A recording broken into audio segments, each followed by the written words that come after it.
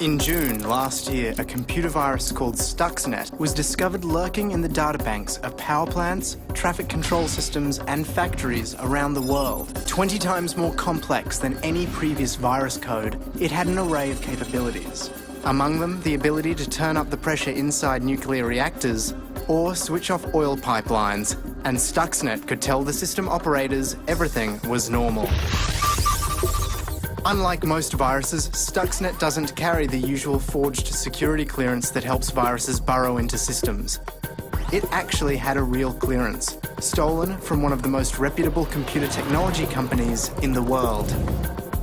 It exploited security gaps that system creators are unaware of.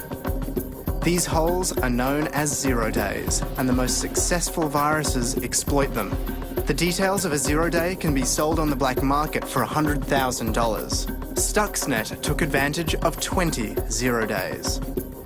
But once it got into a system, it didn't always activate. Buried deep in the Stuxnet code was a specific target. Without that target, the virus remained dormant. What was it looking to shut down? The centrifuges that spin nuclear material at Iran's enrichment facilities. Stuxnet was a weapon. The first to be made entirely out of code.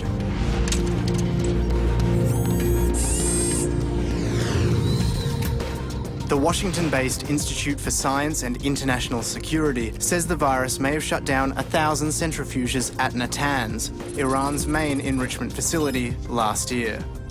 In November, the International Atomic Energy Agency, the UN's nuclear watchdog, said Iran had suspended work at its nuclear facilities without explaining why. Many observers credited Stuxnet.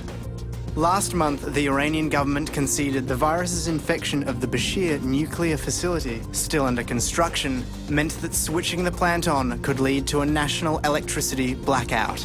Iran has responded to the attack with an open call for hackers to join the Iranian Revolutionary Guard and has reportedly amassed the second largest online army in the world.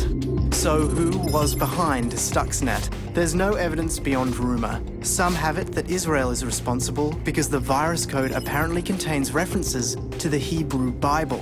Others believe the US was involved in the testing and development.